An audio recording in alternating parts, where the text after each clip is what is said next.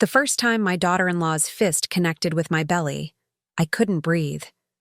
The shock was worse than the pain, and in that moment, standing in my own kitchen, I realized I had become a stranger in the life I built. I never imagined the family I sacrificed everything for would turn me into their victim. Today, I'm going to tell you something I never thought I would share. Before we begin, I'd be truly grateful if you'd take a moment to like this video and consider subscribing to the channel. It helps me keep sharing these stories with those who need them most.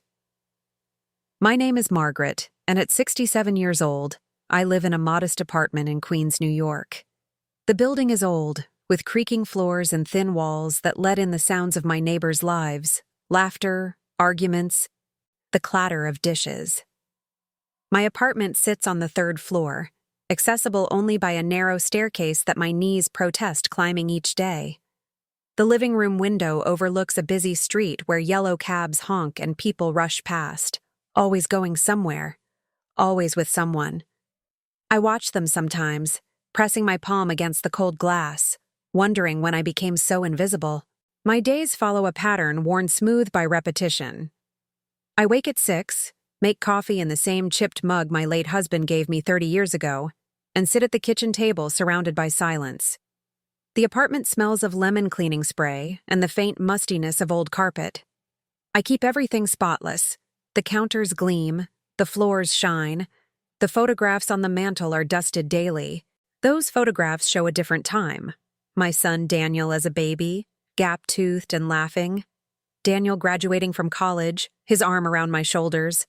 Daniel's wedding day, where I wore my best dress and smiled until my cheeks ached.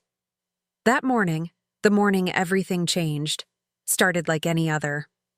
I was preparing Daniel's favorite cookies, the chocolate chip ones with walnuts, hoping he might stop by with his wife Jennifer and my granddaughter Sophie. My phone sat on the counter, screen dark and silent. I had sent a text 3 days earlier asking if they wanted to come for Sunday dinner. No response. I told myself they were busy, that Jennifer had mentioned something about a work project, that Sophie had school activities. I always found excuses for them. The knock on my door came at 11, unexpected and sharp. My heart leapt with that pathetic hope I couldn't suppress. When I opened the door, Jennifer stood there alone, her expression tight and impatient. She wore designer jeans and a leather jacket that probably cost more than my monthly rent. Her dark hair was pulled back severely, emphasizing the hardness in her eyes. "I need to talk to you about money," she said, brushing past me without waiting for an invitation. No greeting, no smile, no acknowledgement of the cookies cooling on the rack. She sat on my worn sofa, crossing her legs, and I noticed her expensive boots, the kind advertised in magazines I couldn't afford to buy. "Of course, dear," I said, my voice small. "Would you like some coffee?" "I just made cookies." "This isn't a social visit, Margaret." She never called me Mom, not once in the 8 years since she married my son. "Daniel and I are planning some investments and we need capital. You mentioned you had savings." I stood in the doorway of my own living room, feeling like an intruder. "Well, yes, I have some money set aside, but it's for emergencies. And I was hoping to leave something for Sophie when we need it now." Her tone was flat, final. "We're looking at a property investment that could triple our money. Stocks, real estate, possibly some cryptocurrency. Daniel said you'd want to help us build our wealth." My chest tightened. Daniel hadn't called me in 2 weeks. "I'd like to discuss this with Daniel first. Maybe we could all sit down together and—" "He's busy. I'm handling our finances." She pulled out her phone, scrolling through something, not even looking at me. "We need $50,000. You can transfer it today." $50,000. Nearly everything I had saved from 40 years of work, of scrimping and saving, of denying myself small pleasures to ensure Daniel had opportunities. I thought of the 2 jobs I worked when he was young, cleaning offices at night, serving coffee during the day, coming home with swollen feet and aching shoulders. I remembered the times I went without new clothes so he could have the latest sneakers, The summers I stayed in the hot city while his friends' families vacationed, because every dollar went into his college fund. "That's most of my savings," I whispered. "I need that for my retirement, for medical expenses." Jennifer finally looked at me, and the contempt in her eyes made me flinch. "You're being selfish. We're your family.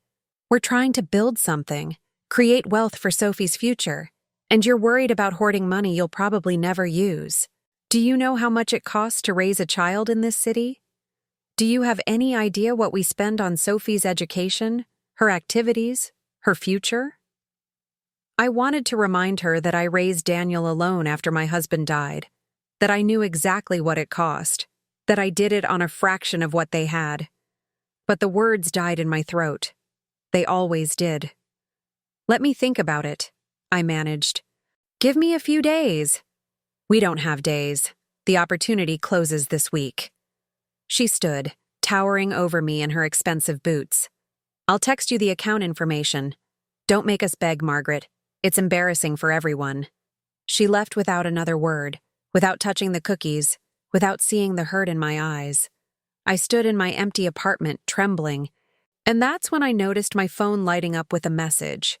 Not from Daniel, but from Jennifer. The account number followed by, "Today would be best. Family comes first, remember?" I sank onto the sofa, my hands shaking. Family comes first. The words mocked me. When had I come first? When had anyone asked what I needed, what I wanted, how I felt?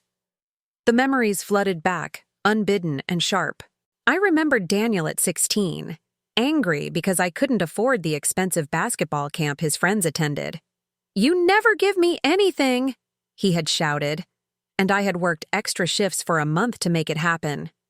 I remembered his college years, the calls that only came when he needed money, the promises to visit that evaporated like morning mist. I remembered meeting Jennifer for the first time, how she had looked around my small apartment with barely concealed disdain, how she had whispered something to Daniel that made him laugh while I pretended not to notice. I remembered the wedding, how I had offered to help pay, how Jennifer's mother had said loudly enough for me to hear, "Well, we certainly don't need her money. We're handling the important details ourselves." I had been relegated to a corner table at the reception, watching my son dance with his new wife, feeling like a ghost at my own child's celebration. The sacrifices stretched back through my entire life like a long, shadowy road. I had been 19 when I met Robert, Daniel's father. We married young, full of dreams about the life we'd build together.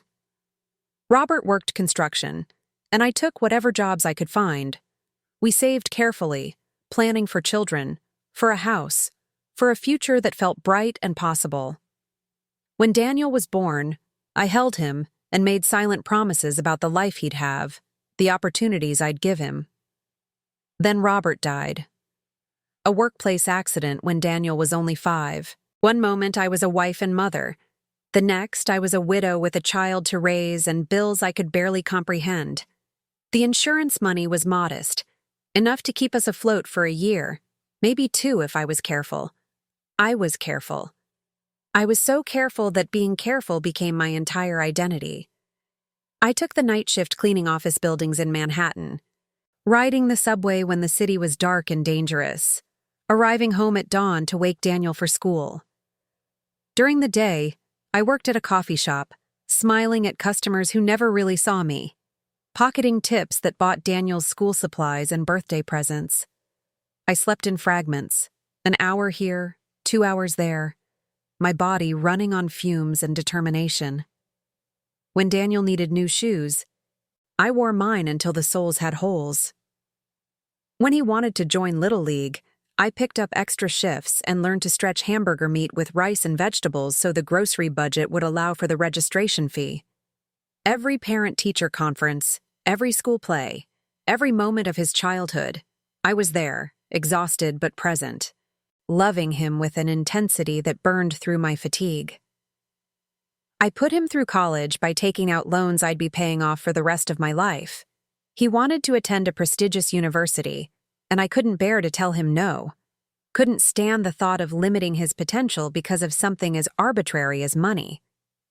So I said yes, and I worked and I sacrificed, believing that someday he'd understand what it cost, believing that someday he'd look at me and really see the woman who gave up everything for him. The day he graduated, I wore a dress I'd found at a thrift store and stood in the crowd of parents in their designer clothes and expensive jewelry, feeling small and shabby and so proud I could barely breathe. When his name was called, I screamed louder than anyone, tears streaming down my face. Afterward, when we took photos, he put his arm around me and whispered, "Thanks, Mom. I couldn't have done it without you." I held onto those words like a lifeline. I replayed them during the months that followed, when his calls became less frequent, when his visits became rushed obligations squeezed between more important plans. When he met Jennifer, a woman from a wealthy family who worked in finance and spoke casually about stock portfolios and investment properties, I felt him slipping away like water through my fingers. Jennifer made no secret of her opinion of me. At family dinners, she'd talk about her parents' vacation home in the Hamptons, her mother's charity work, her father's business acumen. She'd ask me questions that felt like little barbs. "Do you still work at that coffee shop? How quaint." Or, "Have you thought about investing your savings? You really should be building wealth at your age." She spoke to me the way people speak to children or servants, with a patronizing kindness that barely masked contempt. And Daniel, my son, the boy I'd raised and sacrificed for and loved with every molecule of my being, he said nothing. He laughed at her jokes, agreed with her observations about my outdated furniture and depressing apartment. When she suggested I should consider moving somewhere more affordable so they could have my apartment for investment purposes, he nodded thoughtfully, as if the idea had merit. My birthdays became footnotes. The first year after their marriage, they forgot entirely. When I mentioned it a week later, trying to keep the hurt from my voice, Jennifer had laughed. "Oh, Margaret, you didn't expect us to remember every little thing, did you? We're so busy with our lives." The second year, they sent a generic card, the kind you buy in a box of 20 identical greetings. The third year, nothing. I spent that birthday alone, eating a cupcake I'd bought for myself, crying over old photographs. When I got sick with pneumonia 2 winters ago, I called Daniel from the emergency room. "Mom, I'm really swamped right now," he'd said, his voice distracted. "Jennifer and I have tickets to a show. Can you call me later?" I spent 3 days in the hospital with no visitors, watching other patients receive flowers and balloons and family members who looked worried and loving. A nurse asked me if I had anyone to help me at home, and I lied and said yes, too ashamed to admit the truth. Christmas was the worst. The first year they were married, I wasn't invited to their celebration. "We're doing something small, just us," Jennifer had explained. "You understand, right? We need to establish our own traditions." I spent Christmas Eve in my apartment, listening to my neighbors' parties through the walls, watching old movies, pretending it didn't matter. The second year, they invited me for an hour on Christmas Day, a brief obligation between their real celebrations. I brought gifts I'd carefully chosen and wrapped, and watched them open everything with polite disinterest before Jennifer checked her watch and said, "Well, we have reservations." The third year, they invited me to their apartment for Christmas dinner, and I arrived hopeful, carrying a homemade pie and wearing my nicest outfit. Sophie, my granddaughter, was 6 years old, a beautiful child with Daniel's eyes. I'd brought her a doll I'd saved for months to buy, something special, something she'd mentioned wanting. She opened it, said a distracted thank you, and returned to the expensive electronic tablet she'd been playing with. Jennifer had smiled tightly and said, "You really didn't need to spend money on her, Margaret. We have everything covered." During dinner, they talked about their vacation plans, 2 weeks in Europe, flights in business class, hotels I couldn't even imagine affording. They discussed their stock portfolio, their real estate investments, the renovation they were planning. I sat quietly, eating food I could barely taste, feeling like an unwelcome guest at someone else's life. When I mentioned that my apartment building might be raising rent and I was worried about affording it, Jennifer had laughed and said, "Well, maybe it's time to downsize. Do you really need a whole apartment just for yourself?" I excused myself and cried in their bathroom, pressing my face into a monogrammed hand towel, careful not to make noise. When I came out, they were discussing profit margins and dividend yields, and no one had noticed I'd been gone. The exploitation was gradual, insidious. It started with small requests. Could I babysit Sophie while they went to dinner? Of course, I was thrilled to spend time with my granddaughter. But the requests multiplied. Could I watch her every Friday night, every Saturday afternoon? Could I pick her up from school 3 days a week? I rearranged my work schedule, gave up my own plans, said yes to everything because it meant being needed, being part of their lives. Then came the money requests. Could I lend them $2,000 for a security deposit? They'd pay me back within the month. The month came and went. Could I help with Sophie's private school tuition, just this once, because they'd had an unexpected expense? I dipped into my savings. Could I contribute to their vacation fund, because Sophie deserved to experience the world? I wrote the check. I never saw repayment. When I gently mentioned it once, Jennifer had looked at me with such cold surprise that I'd immediately backtracked. "I mean, it's fine. I just wanted to make sure you hadn't forgotten. We're family, Margaret. Do you really expect us to keep track of every little thing? That's so transactional." Daniel had nodded, looking disappointed in me, and I'd felt ashamed for even bringing it up. The emotional manipulation was constant and exhausting. When I couldn't babysit because I had a doctor's appointment, Jennifer would sigh heavily and say, "I guess we'll have to cancel our plans. Sophie will be so disappointed." When I hesitated about giving them money, Daniel would call and say, "I thought you wanted to be part of our lives, Mom. I thought family was important to you." When I tried to set boundaries, they'd go silent for weeks, punishing me with absence until I apologized for crimes I hadn't committed. I found myself walking on eggshells, terrified of saying the wrong thing, of asking for too much, of being too present or not present enough. I monitored my words, my requests, my needs, shrinking myself smaller and smaller to fit into the tiny space they'd allocated for me in their lives. I became a supporting character in my own story, existing only to serve and support and sacrifice. And through it all, I told myself it was normal, that this was what family meant, that I was being selfish to want more. I made excuses for their behavior, rationalized their cruelty, blamed myself for feeling hurt. When they forgot my birthday, I told myself I should have reminded them. When they excluded me from family events, I told myself I must have done something to deserve it.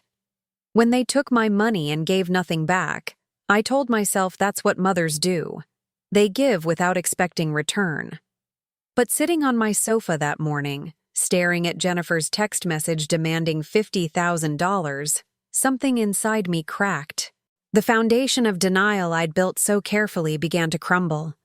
I looked around my small apartment, at the furniture I'd owned for decades because I couldn't afford to replace it, at the photographs of a family that no longer existed, at the life I'd built through decades of sacrifice.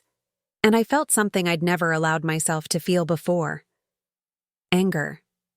It started as a small ember in my chest, a warmth that was almost foreign. Then it grew, spreading through my body like fire, burning away the excuses and the self-blame and the desperate need to be loved. I looked at that text message, at the cold demand for my money, my security, my future, and I felt the anger crystallize into something harder, something like resolve. I didn't respond to the text. I set my phone down and walked to my bedroom, to the closet where I kept old shoeboxes full of memories. I pulled them out one by one and sat on my bed, surrounded by the evidence of my own history. There were Daniel's report cards, essays where he'd written about how much he loved me, how I was his hero. There were Mother's Day cards with childish handwriting. "You're the best mom in the world." There were photographs of us together, his small hand in mine, his arms around my neck, his smile genuine and full of love. When had that boy become this man? When had love twisted into exploitation? I tried to pinpoint the moment, the specific instance where everything changed, but there wasn't one. It had been gradual, imperceptible, like erosion wearing away stone. One small compromise led to another. One boundary crossed made the next violation easier. One moment of silence in the face of disrespect paved the way for more. I cried then, really cried, the kind of deep, wrenching sobs that come from a place of profound loss. I cried for the boy who used to think I hung the moon, for the mother I used to be, strong and certain and unafraid, for the relationship I thought we'd always have, for all the years I'd spent trying to earn love that should have been freely given. That night, I barely slept. I lay in bed, staring at the ceiling, listening to the sounds of the city outside my window. Somewhere out there, people were living full lives, surrounded by family who valued them, spending money on themselves without guilt, setting boundaries without fear. Somewhere out there, mothers were respected and cherished and seen. Why wasn't I one of them? By morning, I had made a decision. I didn't know yet what it would look like or how I'd execute it, but I knew with absolute certainty that I couldn't continue like this. I couldn't keep giving pieces of myself until there was nothing left. I couldn't keep accepting crumbs of affection and calling it love. I couldn't keep sacrificing my own well-being for people who viewed me as nothing more than an ATM and a convenient babysitter. I made coffee and sat at my kitchen table, and for the first time in years, I asked myself a question I'd been too afraid to consider. What do I want? Not what did Daniel want. Not what Jennifer expected. Not what would keep the peace or maintain the relationship. What did I, Margaret, want for my own life? The answers came slowly, tentatively, like prisoners emerging from long captivity. I wanted to feel valued. I wanted conversations where people asked about my life and actually listened to the answers. I wanted relationships based on mutual respect, not one-sided sacrifice. I wanted to spend my money on myself sometimes, to take a trip or buy a new dress or go to a nice restaurant without drowning in guilt. I wanted to wake up without the constant anxiety of wondering if I'd done enough, given enough, shrunk myself small enough. I wanted to matter. The doorbell rang again 2 days later. This time I checked the peephole before answering.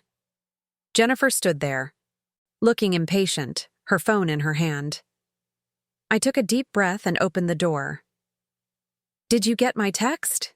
she said, brushing past me again. "We really need that money transfer today. The investment opportunity is closing, and Daniel is getting frustrated with the delay." "I'm not giving you the money," I said quietly. She turned to me, her expression shifting from impatience to disbelief. "Excuse me?" I said no. "I'm not giving you $50,000. Her eyes narrowed. "Don't be ridiculous, Margaret. This is for the family's future. This is for Sophie. Do you really want to be the grandmother who's too selfish to invest in her own grandchild?" "That money is for my future," I said, my voice trembling but steady. "I need it for my retirement, for medical expenses, for emergencies. I can't give it away." "Can't or won't." Her voice had gone cold, sharp as a knife. "Because it sounds like you're choosing money over family. It sounds like after everything Daniel has given you, letting you be part of his life, letting you see Sophie, you're going to turn your back on us when we need you." The manipulation was so blatant, so practiced, that I almost laughed. Almost. Instead, I felt the anger from before returning, stronger now, more focused. What has Daniel given me? What has being part of your lives actually meant for me? How dare you? Jennifer's face flushed red. After everything we've done for you, all the times we've included you when we didn't have to, all the opportunities we've given you to be useful. Useful, I repeated. Is that what I am to you? A useful tool? You're being hysterical, she snapped. This is exactly why Daniel doesn't like spending time with you. You're so needy, so dramatic. Everything is about you and your feelings. We're trying to build something here, create generational wealth, and you're worried about your feelings. I looked at her, really looked at her, and saw her clearly for perhaps the first time. She wasn't angry because I'd refused to help family. She was angry because I'd refused to comply, to submit, to continue playing my assigned role in their narrative. I was supposed to be grateful for scraps, thankful for the privilege of being exploited, honored to sacrifice everything on the altar of their ambition. "I think you should leave," I said. "Fine." She grabbed her purse, her movements sharp and aggressive. "But don't come crying to us when you're old and alone with no one to take care of you. Don't expect us to include you in anything after this. You're making a choice, Margaret, and you're going to regret it." She moved toward the door, and I stepped aside to let her pass. But as she walked by me, she suddenly turned, and before I could process what was happening, her fist connected with my belly. The pain was sharp and shocking, driving the air from my lungs. I stumbled backward, hitting the wall, staring at her in complete disbelief. "You're pathetic," she hissed. "A pathetic old woman who doesn't know her place." Then she was gone, the door slamming behind her, and I was alone, gasping for breath, my hand pressed to my stomach where it throbbed with pain. I slid down the wall until I was sitting on the floor, and I couldn't quite comprehend what had just happened. She had hit me. My daughter-in-law, the mother of my grandchild, had physically struck me in my own home. I sat there for a long time, too shocked to move, too stunned to cry. The apartment was silent except for the usual city sounds: cars honking, someone's music playing faintly, the rumble of the subway beneath the street. Normal sounds, everyday sounds, the soundtrack to a world that had just tilted on its axis. Eventually, I got up. My stomach still ached, and I knew there would be a bruise. I walked to the bathroom and lifted my shirt, already seeing the red mark that would darken to purple. Physical evidence of what I'd always known but refused to acknowledge. They didn't love me. Maybe they never had. Maybe I'd been fooling myself for years, mistaking tolerance for affection, occasional contact for relationship, their willingness to take from me for some kind of bond. I thought about calling the police. I should call the police. Someone had assaulted me in my own home. But even as I reached for my phone, I knew I wouldn't do it.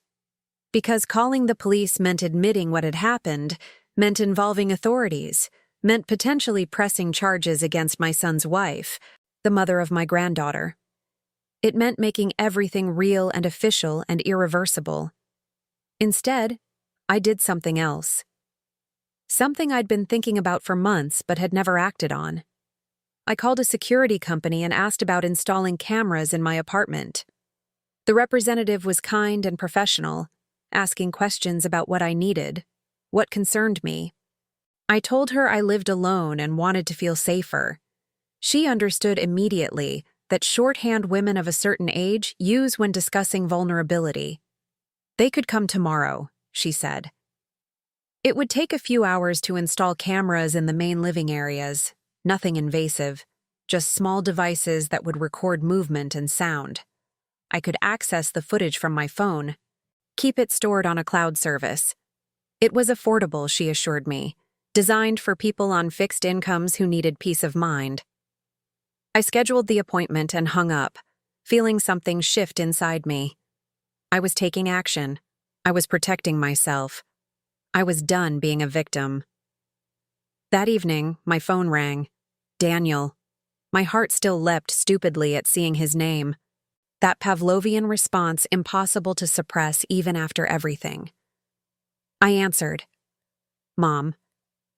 His voice was tight with anger. Jennifer told me what happened. She said you attacked her, that she had to defend herself. What the hell is wrong with you? The words hit me like another physical blow. For a moment I couldn't breathe, couldn't process what I was hearing. What? Don't play dumb. She came over to talk to you about a simple investment opportunity, a chance for all of us to benefit, and you went crazy. You pushed her, and when she tried to leave, you grabbed her. She had to push you away to get out safely. Daniel, that didn't happen. She hit me. I have a bruise. Oh, so now you're claiming injuries? This is unbelievable, Mom.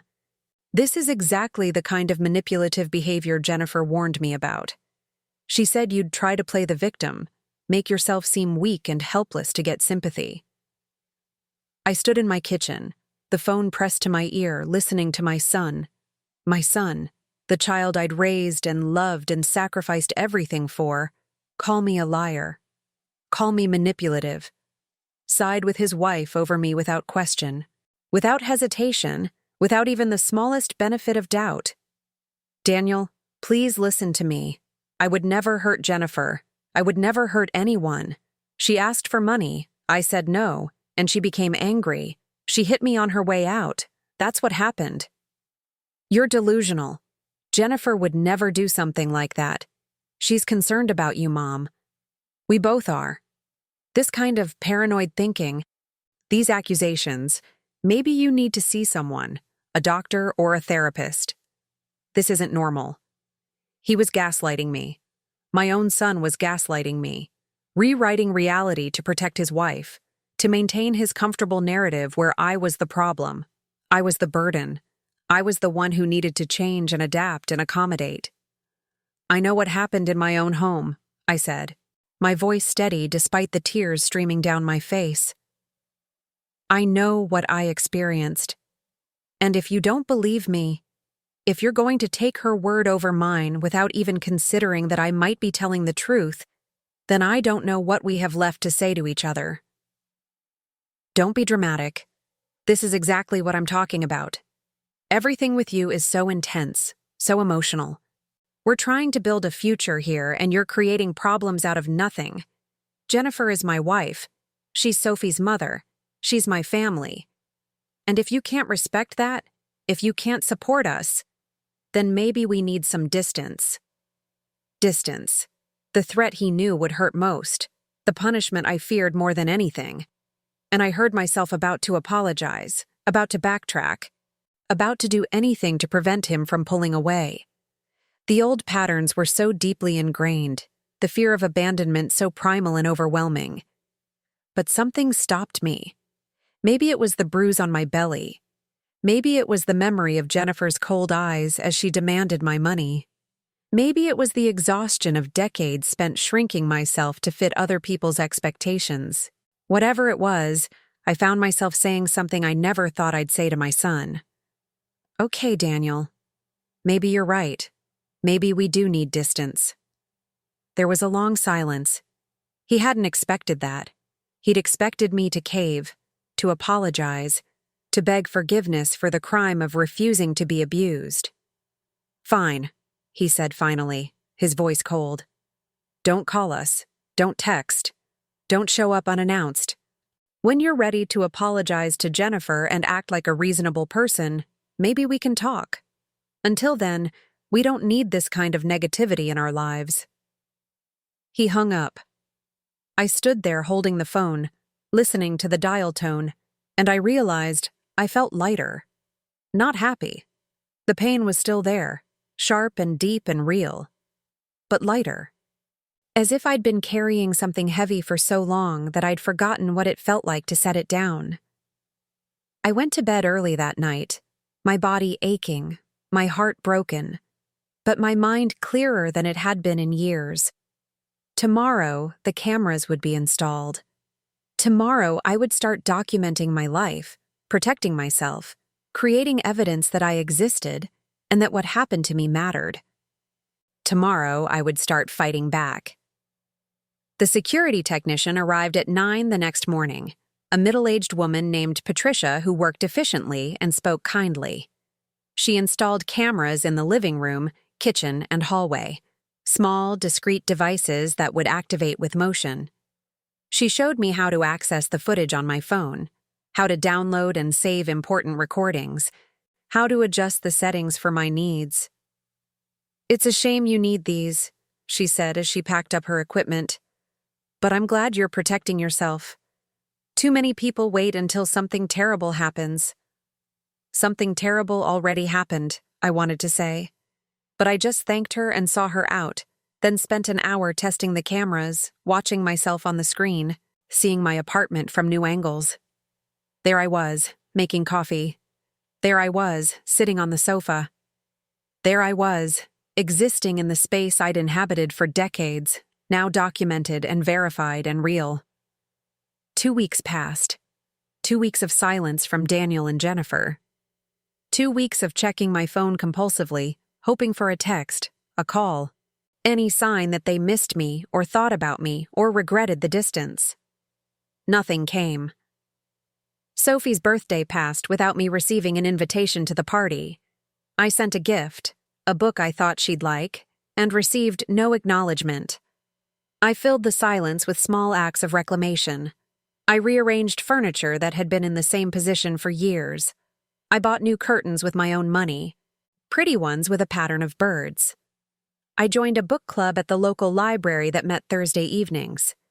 The women there were my age or older, and they talked about books and life and experiences without judgment or expectation. One of them, Helen, invited me for coffee after the second meeting. We sat in a small cafe in Queens, and Helen told me about her own family struggles. Her daughter who'd moved across the country and rarely called, the grandchildren she saw once a year if she was lucky. "I spent years trying to make them love me," she said, stirring her coffee. Sending gifts, offering money, being available whenever they needed me. And then one day I realized they did love me, in their way. They just didn't like me very much.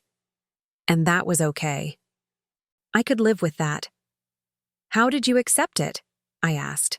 I stopped waiting for them to fill the holes in my life. I started filling them myself. She smiled, and her face transformed. "I volunteer at an animal shelter. I travel. Nothing fancy, just bus trips to nearby cities, sometimes a weekend at the beach.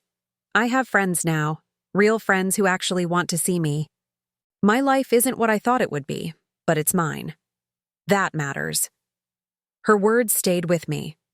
I started looking at my life differently, not as a waiting room where I marked time until my family decided to include me, but as something with its own value, its own potential. I signed up for a painting class at the community center. I was terrible at first. My landscapes looking more like abstract blobs than recognizable scenes, but the instructor was patient and the other students were encouraging. I also started seeing a therapist, using some of the money I would have given to Daniel and Jennifer. Dr. Chen was in her 40s, sharp and direct, with an office that overlooked a small garden. In our first session, I told her everything: the decades of sacrifice, the gradual erosion of boundaries, the financial exploitation, Jennifer's assault, Daniel's gaslighting. She listened without interruption, and when I finished, she said, "You've spent your whole life trying to earn love from people who view you as a resource, not a person. That's not a relationship. That's exploitation." "But he's my son," I said. The old refrain automatic. Family is supposed to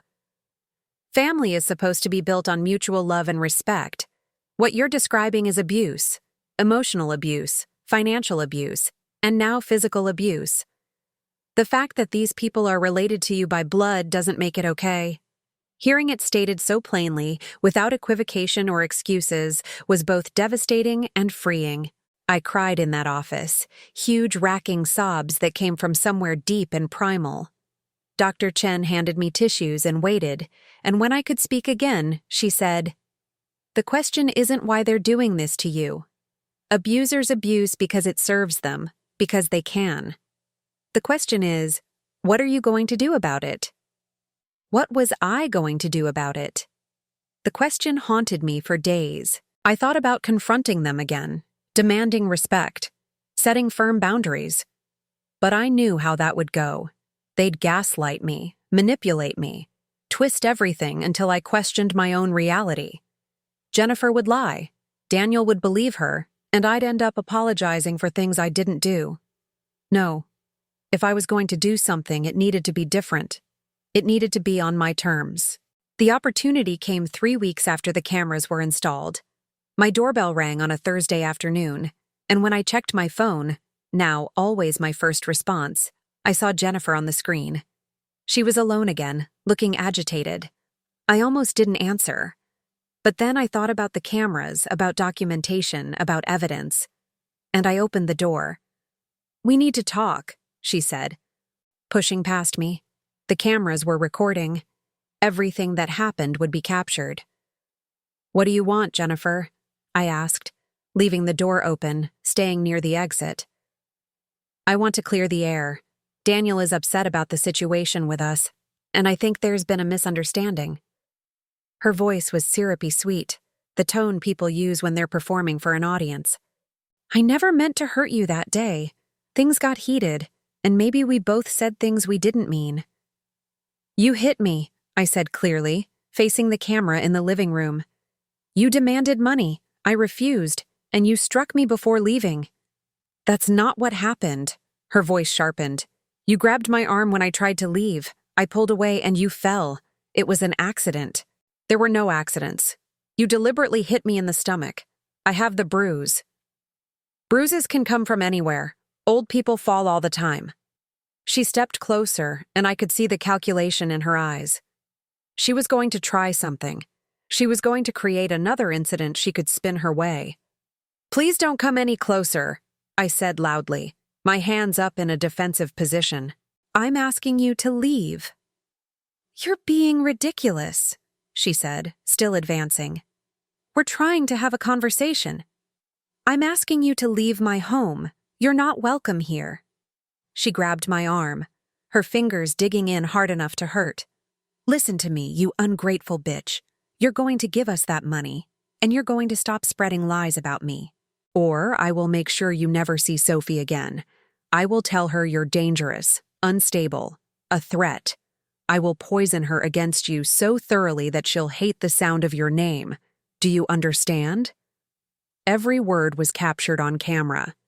Every threat, every cruel syllable documented and saved. "Let go of me," I said, my voice steady.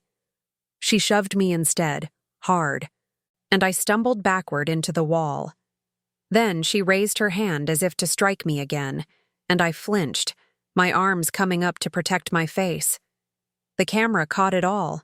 Her aggression, my fear, the clear evidence of who was the aggressor and who was the victim. And then, perhaps realizing she'd gone too far, perhaps remembering that this wasn't their house where she could control the narrative, she stepped back. "You're going to regret this," she said. "We're done with you. Completely done. Don't call, don't text, don't try to see Sophie. You're dead to us." She left, slamming the door so hard the pictures on the wall rattled.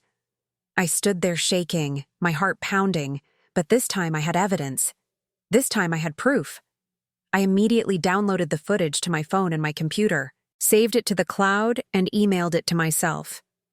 Then I sat down and watched it, seeing the encounter from an objective perspective. There was no ambiguity. Jennifer's aggression was clear, her threats explicit, her assault undeniable. Anyone who watched this would know exactly what happened. My phone rang an hour later. Daniel, calling from a blocked number I almost didn't answer. But I did. And this time I put him on speaker, the camera recording. "Jennifer told me what happened," he said, his voice shaking with anger. "She said you tried to attack her again, that she had to defend herself." "This is insane, Mom. You're insane. We're going to get a restraining order. We're going to make sure you can't come near our family." "Daniel," I said calmly, "I have cameras in my apartment. Everything that happened today was recorded. Jennifer assaulted me, threatened me, and lied about it. Again. I have proof." Silence. Long, heavy silence. Then, "You're recording us? You're spying on your own family?" "I'm protecting myself from abuse, and yes, I have everything recorded. Jennifer pushing me, grabbing me, threatening to keep Sophie away from me if I don't give you money. All of it. Every word. You can't use that. You can't. That's illegal. Recording someone without their knowledge. In New York, only one party needs to consent to a recording. I consent, and my home is my property. I have every right to have security cameras. I'd researched this thoroughly with Dr. Chen's help. I knew my rights. More silence. I could almost hear him thinking, calculating, trying to figure out how to spin this. "We don't want your money," he said finally. "We never did. This was all a misunderstanding. Jennifer was just upset because you were being difficult." "Stop," I said. "Stop lying. I have months of texts from Jennifer demanding money. I have records of all the times I've lent you money that was never repaid. I have everything documented. And now I have video of your wife assaulting me and threatening to alienate my granddaughter if I don't comply with your financial demands. That's elder abuse, Daniel. That's a crime." "You wouldn't." His voice was small now, uncertain. "You wouldn't report your own family."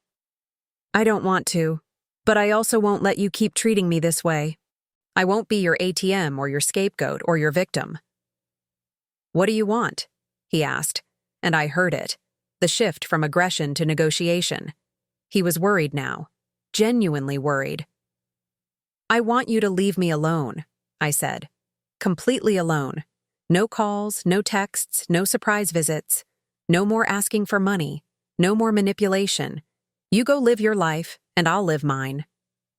"And Sophie," his voice cracked, "you don't want to see your granddaughter?" The question broke my heart. Of course I wanted to see Sophie. I loved her desperately, achingly. But she was being raised by people who viewed me as an obstacle, a resource, a problem. She was learning from them that it was acceptable to use people, to take without giving, to discard those who no longer served a purpose. "Sophie is being taught that I'm the villain in your story," I said quietly. "Until that changes, until you and Jennifer are willing to treat me with basic respect and honesty, I don't think it's healthy for any of us to pretend we have a relationship." "You're choosing this," he said. "You're choosing to cut off your only family." "No, Daniel. You chose this. Every time you let Jennifer disrespect me, every time you asked for money you never intended to repay, every time you canceled plans or forgot my birthday or made me feel like a burden, you chose this. I'm just finally accepting what you've been showing me for years. I'm not really part of your family. I'm just someone you use when it's convenient." I hung up before he could respond. My hands were shaking, tears streaming down my face, but I felt something I hadn't felt in decades. Powerful. I had stood up for myself. I had said no, set boundaries, refused to accept abuse. And yes, it hurt. God, it hurt so much I could barely breathe. But it was a clean hurt, not the festering wound of ongoing exploitation. The next day, I changed my phone number. I didn't give the new number to Daniel or Jennifer. I informed my bank that I was revoking any previous authorizations for others to access my account. I contacted a lawyer and drew up a new will, leaving my estate to charities and friends, not to a son who viewed me as an inconvenience. I also filed a police report about the assault, bringing the video evidence. The officer who took my statement was kind but realistic. "It's unlikely anything will come of this criminally," she said. "Domestic incidents like this are hard to prosecute, especially when it's family. But you'll have it on record. If there's ever another incident, this shows a pattern." I didn't expect justice from the legal system. I just wanted the truth documented somewhere official, recorded by someone other than me. I wanted a paper trail that said, "This happened, and it mattered." The weeks that followed were the strangest of my life. I kept expecting to feel devastated, to crumble under the weight of losing my son and granddaughter. And I did grieve. Deep, painful grief that came in waves and left me gasping. But underneath the grief was something else. Relief. The constant anxiety of waiting for them to need me was gone. The exhausting work of trying to be good enough, giving enough, shrinking enough, over. I could breathe. I threw myself into the life I was building. The painting class became a weekly highlight. I was getting better, and my instructor praised a landscape I'd done of Central Park. "You're really seeing things now," she said. "Not just looking, but seeing." I hung the painting in my apartment, replacing a family photo. The book club introduced me to stories and perspectives I'd never encountered. Helen and I started meeting for coffee regularly, and through her, I met other women. A whole community of people who'd been invisible to me when I was focused solely on earning my family's love. We went to museums, took a day trip to the beach, had dinner parties where we cooked together and laughed about things that had nothing to do with our children or grandchildren. My therapy sessions with Dr. Chen continued, and we worked through the layers of programming that had taught me my worth was tied to my usefulness. "You spent your whole life believing love had to be earned through sacrifice," she said one session, "but real love isn't transactional. Real love doesn't require you to destroy yourself to prove you're worthy of it." I started dating. Not seriously, just coffee dates with men I met through the senior center or online. It was terrifying and exhilarating, presenting myself as someone with value beyond my role as a mother or a wallet. Most didn't go anywhere, but a few turned into friendships. One, a retired teacher named Robert, became a regular companion.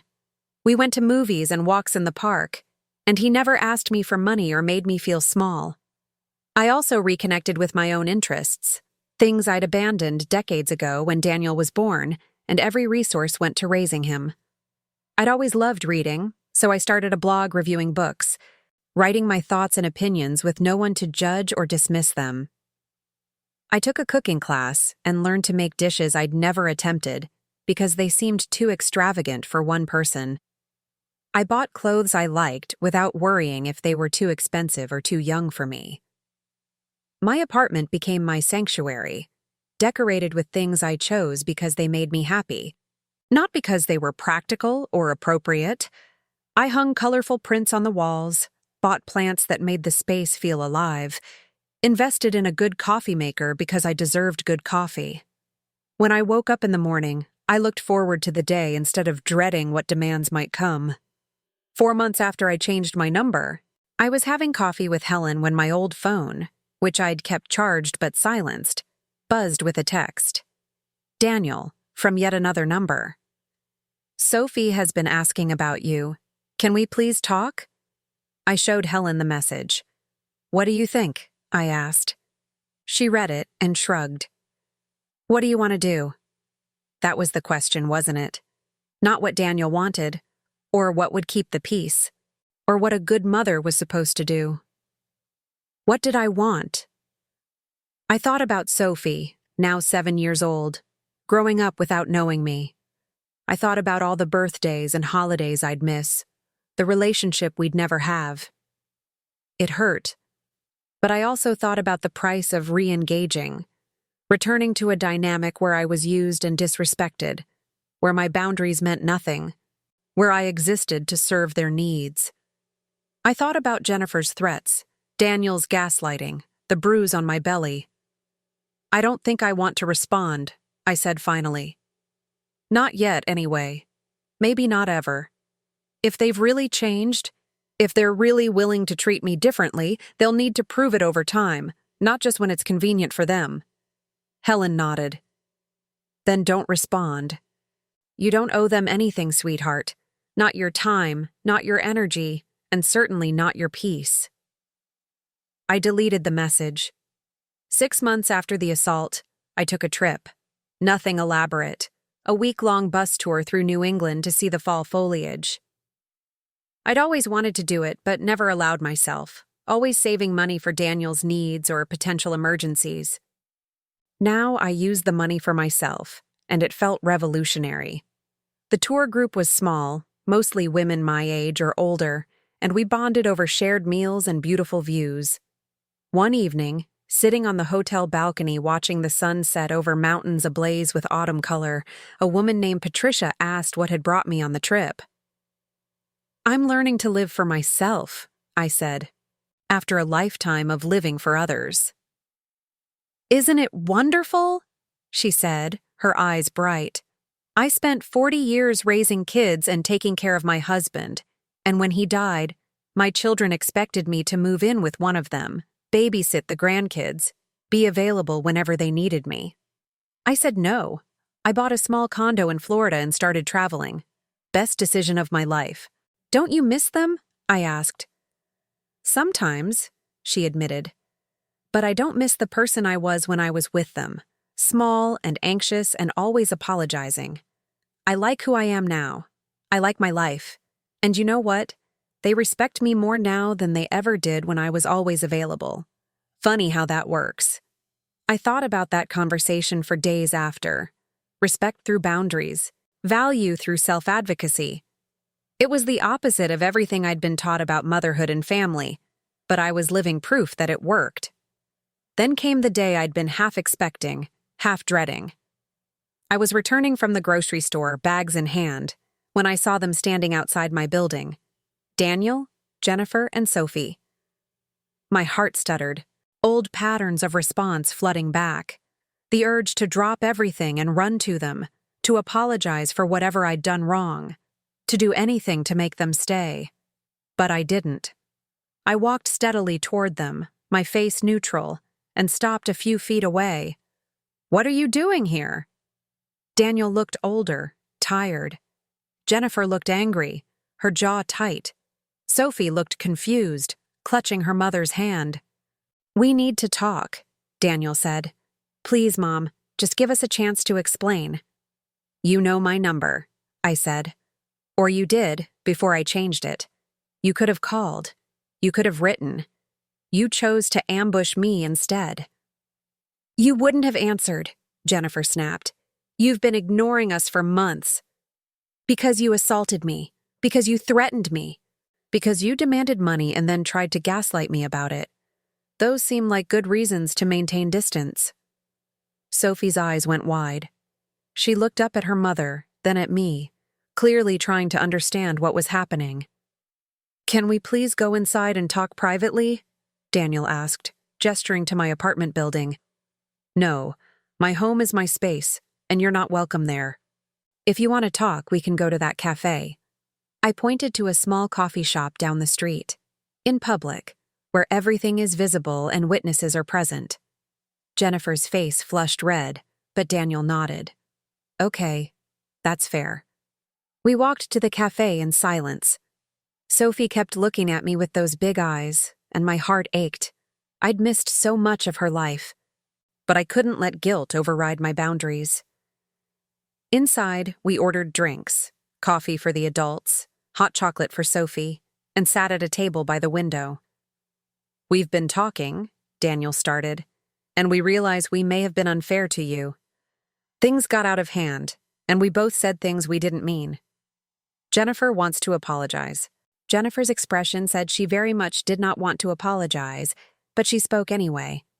I'm sorry if you felt hurt by our interactions. That wasn't my intention. An apology that blamed me for my feelings. Classic. I took a sip of coffee and said nothing. We want to work things out, Daniel continued. For Sophie's sake, if nothing else. She's been asking about you, wondering why she doesn't see her grandmother anymore. I looked at Sophie, who was watching me with solemn curiosity. Hi, sweetheart, I said gently. How are you? I'm okay, she said quietly. Mommy says you're sick. Are you feeling better? Sick. They'd told her I was sick. I looked at Jennifer, who had the grace to look slightly embarrassed. I'm not sick, Sophie. I'm perfectly healthy. Then why haven't you visited? Sophie asked, and the innocent question cut deep. Because your parents and I had a disagreement, I said carefully. Sometimes adults need space to work through their feelings. We're here to work through them now, Daniel said. We're willing to start fresh, put the past behind us and move forward as a family.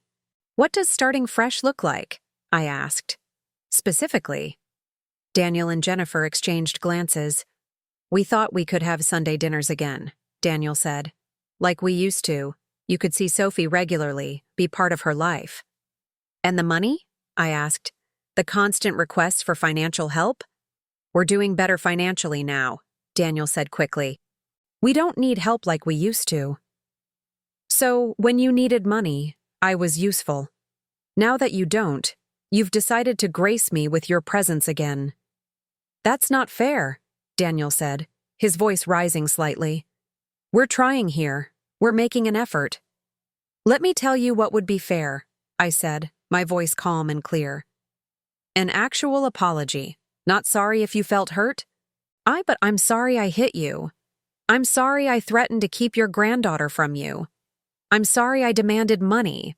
I'm sorry I gaslit you and lied about what happened.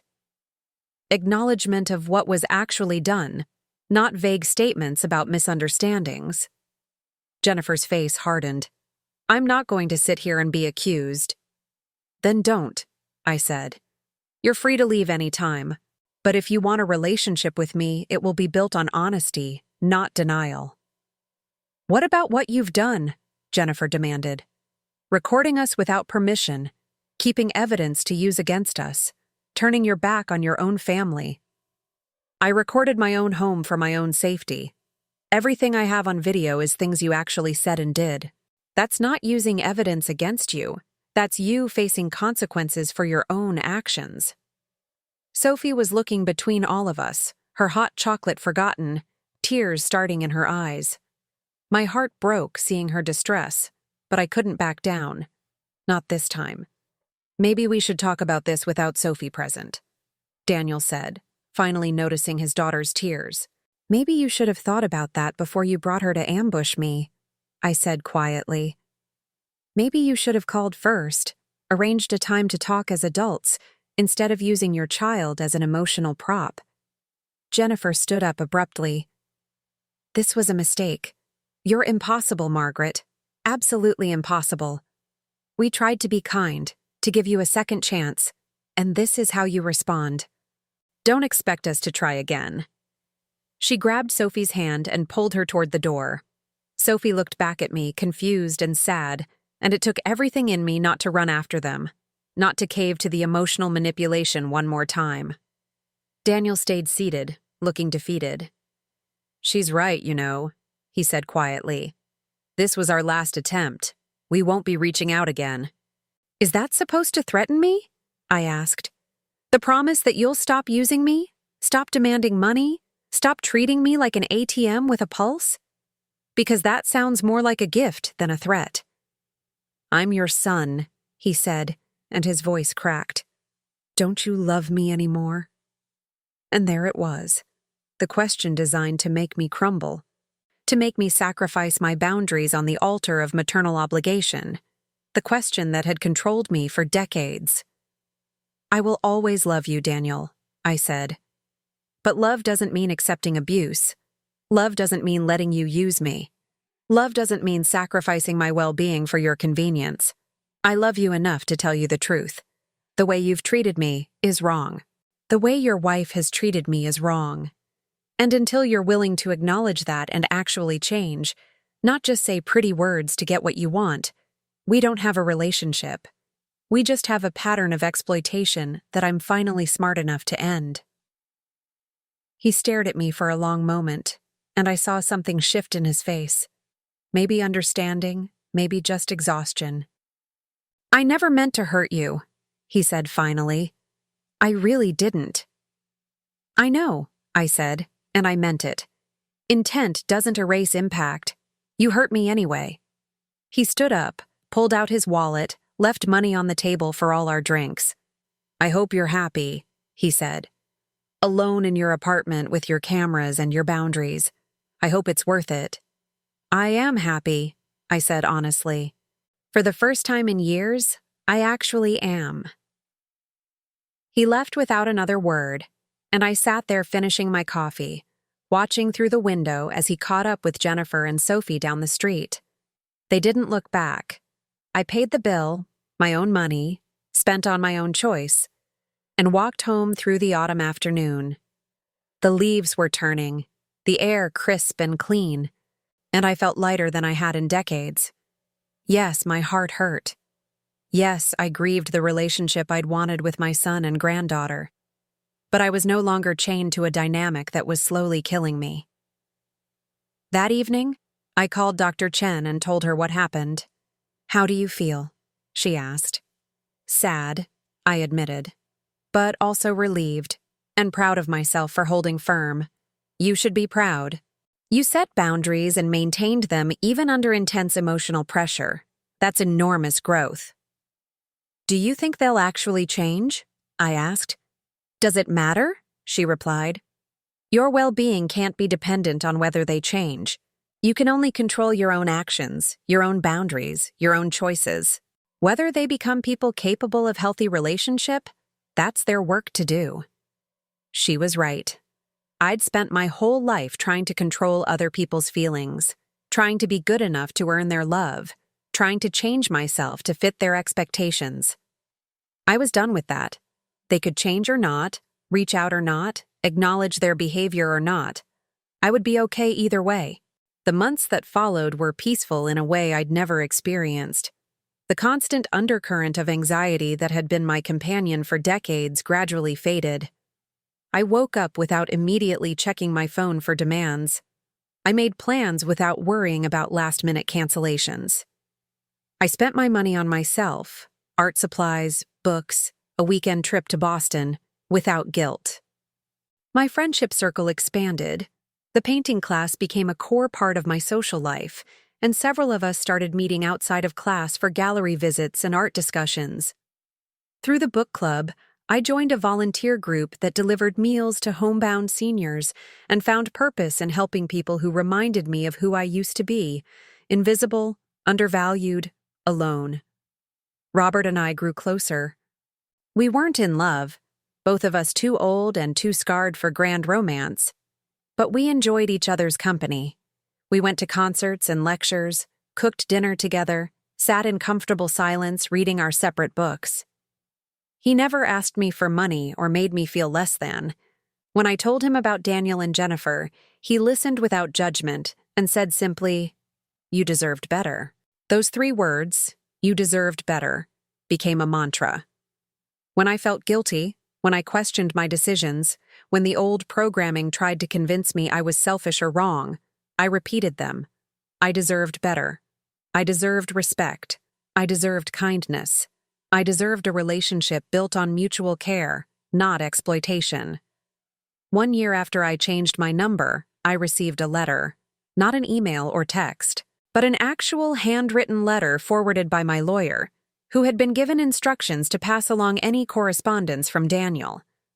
I sat with it unopened for 2 days, uncertain if I wanted to read it. Finally, with Helen sitting beside me for support, I opened it. It was from Daniel. 5 pages, handwritten, his familiar scrawl filling the paper. "Dear Mom," it began. I've written this letter 100 times in my head, trying to find the right words. I don't know if these are right, but they're honest, and I owe you honesty. I've been in therapy for 6 months. Not couples therapy, individual therapy, just for me.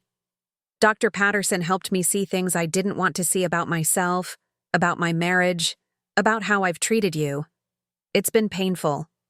I've had to confront the fact that I became someone I never wanted to be. You were right about everything. Jennifer did hit you. She did threaten you. She did manipulate and gaslight you, and I let it happen. Worse, I participated. I believed her lies because it was easier than confronting the truth about who I'd married and who I'd become. I've been thinking about why I let it get so bad, why I chose her over you again and again. Dr. Patterson says it's because Jennifer reminded me of success. She came from money, she had connections, she represented the life I wanted. And you reminded me of struggle, of the poverty we escaped, the sacrifices you made, the years of barely getting by. I think I resented you for it, even though none of it was your fault. I think I wanted to distance myself from that past, and distancing myself from you felt like the way to do it. That's not an excuse. There is no excuse for how I treated you, but it's an explanation, and you deserve that.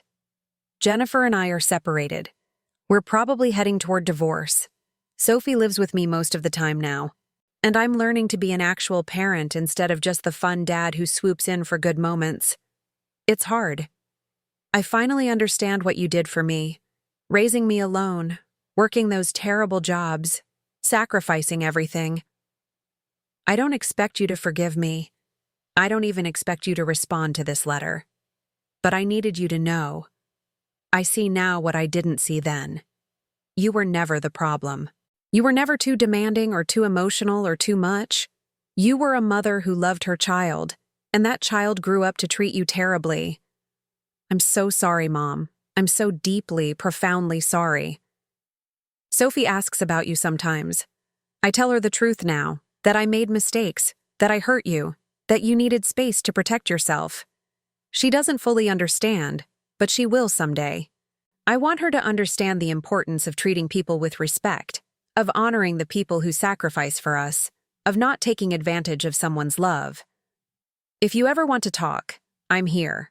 I changed my number too. It's at the bottom of this page, but if you don't want to talk, I understand. You set boundaries, and I will respect them. That's the least I can do. I love you, Mom. I always have, even when I was too selfish and blind to show it properly. You deserved so much better than what I gave you. Love, Daniel. I read the letter 3 times, tears streaming down my face. Helen held my hand and waited, not pushing, not advising, just being present. What do you think? I finally asked. I think it's a good letter, she said carefully. I think he's done some real work on himself, but a letter is just words. Change is action, sustained over time. She was right. A year ago, this letter would have been enough. I would have called him immediately, forgiven everything, rushed back into the old dynamic. But I'd changed too. I'd learned that words without consistent, demonstrated behavior meant nothing. I put the letter aside, not discarding it, but not acting on it either. I would wait and see. If Daniel had truly changed, he would understand that rebuilding trust takes time. He would be patient, consistent, willing to prove through sustained action that he was different now. I didn't call, but I did write back, a brief note sent through my lawyer. Thank you for your honesty. I need time to process this. If you're serious about change, demonstrate it through your actions, especially in how you parent Sophie. Show her what healthy relationships look like. That's more important than anything you could say to me right now. 3 months later, I received another letter. This one was shorter, an update. He was still in therapy, working on himself.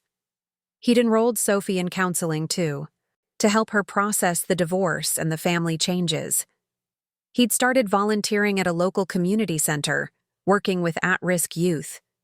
He wasn't asking for anything, just sharing his life. I wrote back again, a bit longer this time, sharing a little about my own life, the painting class, the volunteer work, the friends I'd made. Nothing too personal, just opening the door a crack. We corresponded like that for months. Letters, back and forth, gradually building something new. Not the old relationship, that was dead and gone, but something different. Something built on honesty instead of obligation, respect instead of duty. He never asked to see me in person. He never pushed for more than I offered. He just consistently showed up, letter after letter, demonstrating through his patience and respect that he understood what I needed. Finally, nearly 2 years after I'd changed my number and cut contact, I agreed to meet him for coffee. Just the two of us, in that same cafe where we'd had our confrontation. He arrived early, looking nervous, older than I remembered. We sat across from each other, and for a moment neither of us knew what to say. "Thank you for meeting me," he said finally. "I know you didn't have to." I wanted to see if the person in the letters matched the person sitting across from me, I said honestly. "Do I?" he asked. I studied him, really looked at him, not through the lens of maternal obligation or desperate hope, but as one adult assessing another. I think so, I said. Time will tell for sure, but I think so. We talked for 2 hours. About his therapy, his divorce, his relationship with Sophie, about my new life, my friends, my painting. We talked like adults, two people getting to know each other, rather than parent and child locked in dysfunctional patterns. When it was time to leave, he asked tentatively, "Could we do this again sometime?" "Yes," I said. "We can do this again." We started meeting monthly, then bi-weekly, building slowly, carefully. He never pushed for more. He respected my boundaries, apologized when he slipped into old patterns, showed up consistently. After 6 months, I met Sophie for lunch, just her and me, no Daniel present. She was 9 now, smart and curious, asking direct questions about why we hadn't seen each other for so long. I told her the truth, age-appropriately. Your dad and I needed time apart to work on being better people. Sometimes adults need space to figure things out. "Are you figured out now?" she asked. "I'm getting there," I said. "Are you?" she smiled. "I'm getting there too." Now, at 70 years old, I sit on my balcony watching another sunset over New York City, and my life looks nothing like I imagined it would. Daniel and I have a relationship, but it's cautious, boundaried, built on mutual respect rather than his needs and my compliance. We see each other regularly, but not constantly. He knows I have my own life now, my own friends and interests and plans that don't revolve around him. Sophie and I are developing our own relationship, separate from her father. She comes over sometimes to paint with me, and I teach her what I've learned about seeing the world in colors and shapes. She's learning that love doesn't mean sacrifice, that relationships can be healthy and bounded, that it's okay to say no to people you love. Jennifer is out of the picture entirely. The divorce was finalized, and while I bear her no active ill will, I have no desire for contact. Some people, I've learned, are toxic no matter how many chances you give them. Protecting yourself from toxic people isn't cruelty. It's wisdom. My life is full now in ways it never was when I was trying to earn love through sacrifice. I have real friends who value me, hobbies that bring me joy, purpose that comes from within rather than from serving others. I travel when I want, spend money on myself without guilt, wake up looking forward to the day. The cameras are still installed in my apartment. I never took them down. A permanent reminder to protect myself, to document my reality, to never again allow someone to gaslight me into questioning my own experience. They're a symbol of the boundary between the old Margaret and the new one, the one who allows herself to be used, and the one who insists on being valued. People ask me sometimes if I regret the years I lost with Daniel and Sophie, if I wish I'd handled things differently. The answer is complicated. I regret that it got so bad before I stood up for myself. I regret that I didn't set boundaries sooner, that I allowed the exploitation to continue for so long. But I don't regret finally saying no. I don't regret choosing myself, because those years of distance gave me something I'd never had, a life of my own. I learned that you can love someone and still refuse to accept their abuse. That family doesn't entitle people to mistreat you. That setting boundaries isn't selfish. It's self-preservation. That real love doesn't require you to destroy yourself to prove your worth. Most importantly, I learned that it's never too late to start over, to build a life that honors your own value, to insist on being treated with respect. I spent 67 years learning to shrink myself, and the last 3 learning to expand again. And while I can't get those lost years back, I can make sure every remaining year counts. The sunset is particularly beautiful tonight, painting the sky in shades of orange and purple and gold. I raise my glass of wine, good wine, the kind I would never have bought for myself before, and toast the woman I've become. The woman who survived, who fought back, who rebuilt her life on her own terms. Have you lived something like this? Known someone who has?